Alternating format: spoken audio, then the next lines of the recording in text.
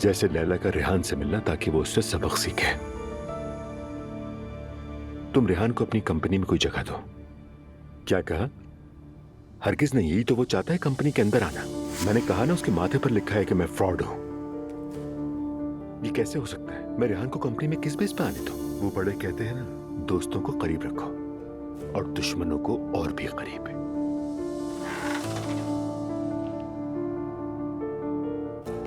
बाबा। हाँ कहो बेटा। किससे बात कर रहे हैं आप? किसी से भी नहीं। ऐसे कैसे हो सकता है? मुझे लगा जैसे आपके साथ कोई मौजूद है। कोई नहीं है बेटा, कौन हो सकता है? खैरियत क्या हुआ है? कुछ नहीं, कल जिमल ने मुझे खाने पर बुलाया है, सोचा आपको बता दूं। हाँ हाँ बिल्कुल, जाओ। आपके चेहरे का रंग क्यों उड़ा हुआ है बाबा? मैं ठीक हूं बेटा, मुझे क्या हुआ है? बिल्कुल ठीक हूं।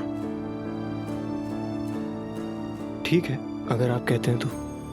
ठीक है। मैं अपने कमरे में हूं।